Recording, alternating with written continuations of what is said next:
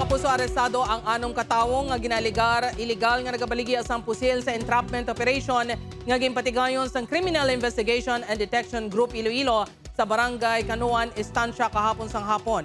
Ang operasyon ng kabahin sang programa nga Oplan paglalansag umega sang ahensya.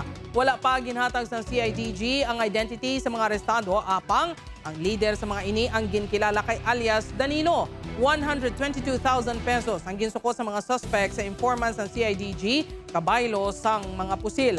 Sang nagbayranay na dito gindako pa mga suspect. Apang may isa ka upo ng mga suspect nga nakapalagyo. Na-recover sang kapulisan ng isa ka 45 caliber pistol, isa ka 38 caliber revolver, isa ka submachine gun kag isa ka machine pistol.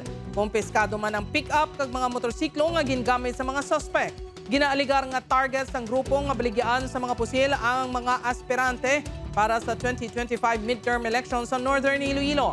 Magapangatubang sang kaso nga paglapas sa Republic Act 10591 ukon ang Comprehensive Law on Firearms and Ammunitions Regulation Act ang mga suspect.